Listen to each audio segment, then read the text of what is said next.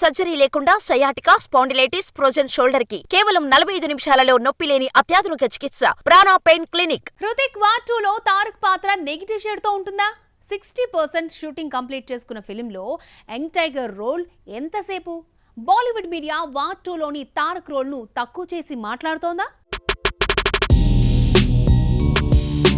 Young tiger NTR August 14న War 2తో ఎట్టి పరిస్థితుల్లోనూ ప్రేక్షకుల ముందుకు రావాలని చూస్తున్నాడు. దీనికోసమని ఫుల్ ఎఫర్ట్స్ పెడుతున్నానని అంటున్నాడు.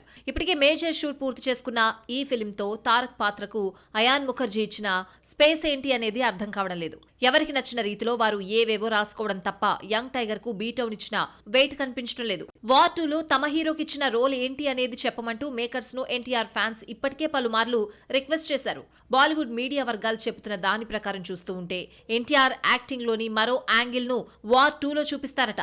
దీంతో వార్ 2లో నెగిటివ్ రోల్లో ఎన్టీఆర్ ఎలా కనిపించబోతున్నాడో చూడాలని ఫ్యాన్స్ ఎంతో ఆసక్తితో ఎదురు చూస్తున్నారు. వార్ 2లో తారక్ కు మహా అయితే 45 నిమిషాల నుంచి గంట సేపు స్క్రీన్ స్పేస్ కనిపించేలా ఉంది. ఎవరు అవునన్నా కాదన్నా లీడింగ్ హీరో హృతికే. తారక్ ను తీసుకుంది తమ సినిమా సౌత్ మార్కెట్ కు పనికొస్తాడని. ఫ్యాన్స్ డిమాండ్ మేర ఏదో ఒక రకంగా ఫస్ట్ లుక్ లేదా స్పెషల్ గ్లింప్స్ ను తారక్ బర్త్డే మే 20 లోపు రిలీజ్ చేయాల్సి ఉంటుంది.